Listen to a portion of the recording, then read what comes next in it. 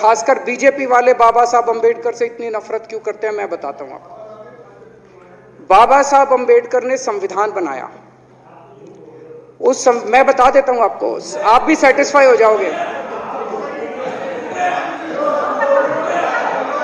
बाबा साहब का नाम सुनते ही वॉकआउट कर गए। बाबा साहब का नाम भी नहीं सुनना चाहते। बाबा साहब अंबेडकर का नाम सुनते ही सुन तो लो।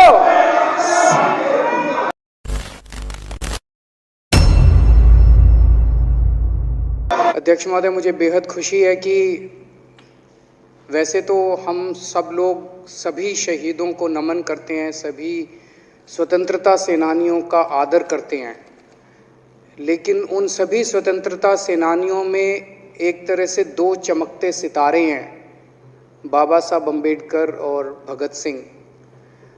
दिल्ली सरकार ने ये निर्णय लिया है कि बाबा साहब अंबेडकर और भगत सिंह जी की तस्वीरें सभी दिल्ली सरकार के दफ्तरों में लगाई जाएंगी। कुछ दिन पहले पंजाब सरकार ने भी ये निर्णय लिया है कि पंजाब सरकार के भी सभी दफ्तरों में भगत सिंह और बाबा साहब अंबेडकर की तस्वीरें लगाई जाएंगी। जब से ये ऐलान किया गया है, मैं तो सोच रहा था कि हमारे विपक्ष के साथी इसके ऊपर हमें बधाई देंगे, तारीफ करेंगे कि बहुत अच्छा निर्णय लिया गया। शुक्रिया।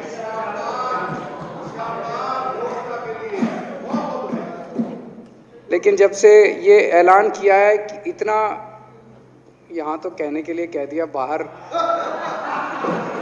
एक मिनट, मेरे को पूरा, हमें इतना क्रिटिसाइज किया जा रहा है। बीजेपी वाले कह रहे हैं कि बाबा साहब अंबेडकर और भगत सिंह की क्यों लगाई, सावरकर की क्यों नहीं लगाई, हेडगेवार की क्यों नहीं लगाई।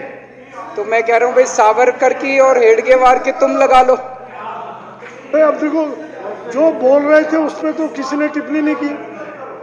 मैंने कहा भाई सावरकर की बोल रहे हैं, सावरकर की और हेडगेवार की तुम लगा लो, हम बाबा साहब अंबेडकर की और भगत सिंह की लगा लेते हैं। कांग्रेस वाले चिल्ला रहे हैं, इंदिरा गांधी की क्यों नहीं लगाई, राजीव गांधी की क्यों नहीं लगाई, सोनिया गांधी की क्यों नहीं लगाई। तो हम कह रहे हैं भाई, इंदिरा गांधी की तुम लगा लो, हम तो बाबा साहब अंबेडकर की और भगत सिंह की लगाएंगे। अध्यक्ष महोदय, मेरे को पता नहीं था ये लोग बाबा साहब अंबेडकर और भगत सिंह से ऐसी नफरत क्यों करते हैं सारे प्रतिपक्ष के लोग। मैं आपको बताता हूं क्यों करते हैं, और खासकर बीजेपी वाले बाबा साहब अंबेडकर से इतनी नफरत क्यों करते हैं, मैं बताता हूं आपको। बाबा साहब अंबेडकर ने संविधान बनाया। मैं बता देता हूं आपको, आप भी सेटिस्फाई हो जाओगे।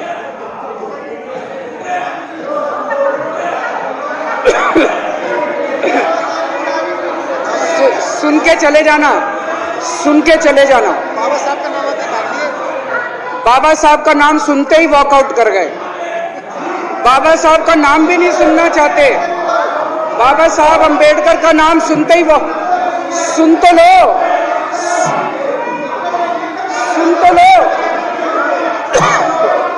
वो तमाशा, और ये सब कुछ जो इन्होंने बोला वो सच बोला। सुन तो लो।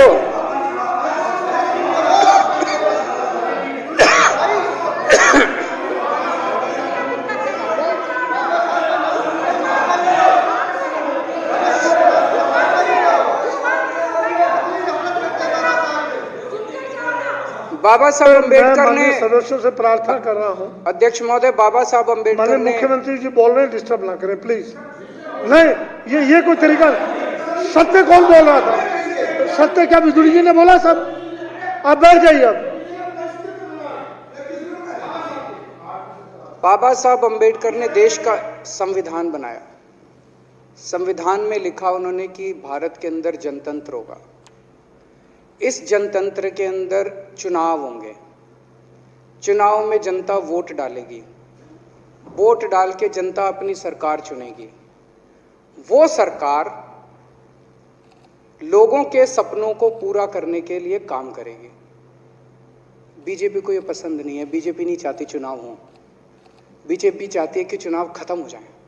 चुनाव होने ही नहीं चाहिए।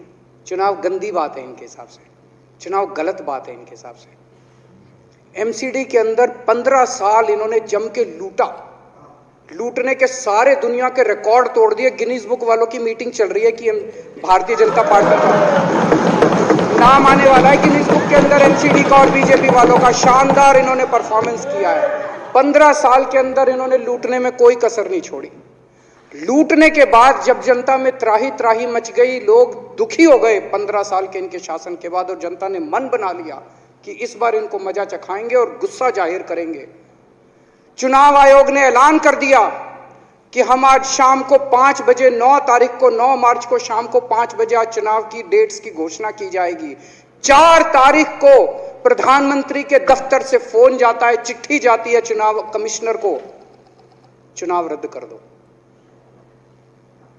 पूरी दुनिया के अंदर आज तक ऐसा नहीं होगा कि प्रधानमंत्री सीधे सीधे चुनाव कमिश्नर को फोन करके और चिट्ठी लिख के कहते हैं कि चुनाव रद्द कर दो। इसलिए ये नफरत करते हैं बाबा साहब अम्बेडकर से। ये कहते हैं बाबा साहब अम्बेडकर नहीं होता तो जनतंत्र नहीं होता इस देश के अंदर। कल एक बीजेपी का बड़ा नेता मिला, बोला जी मैंने तो अपने बीजेपी के बड़े नेताओं को बोल दिया ये चुनाव का चक्कर छोड़ो, एमसीडी में भी एनडीएमसी जैसा कर दो।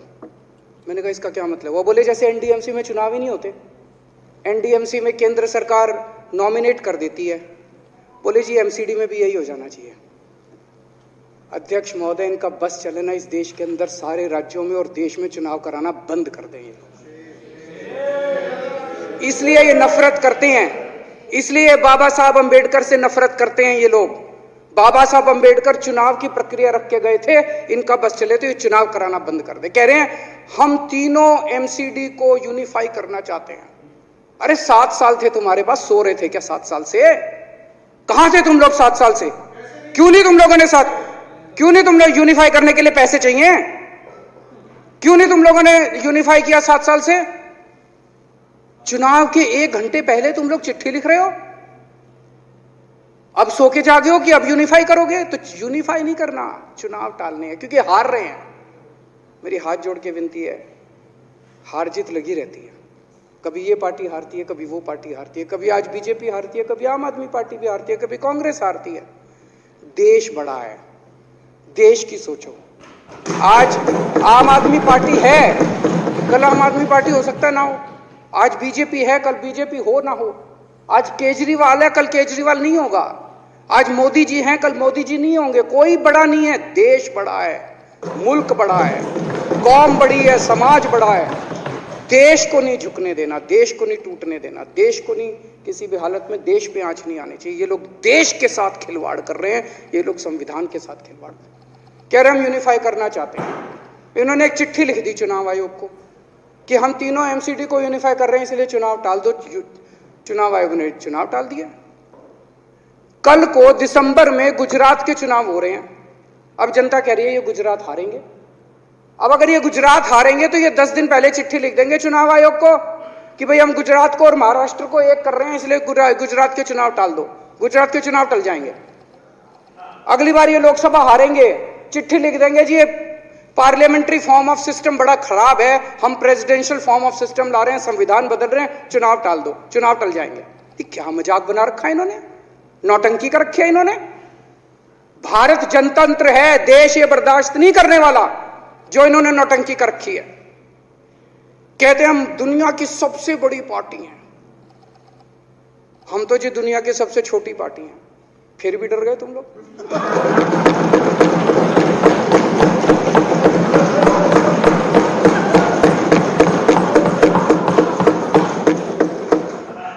दुनिया की सबसे बड़ी पार्टी दुनिया की सबसे छोटी पार्टी से डर के भाग गई।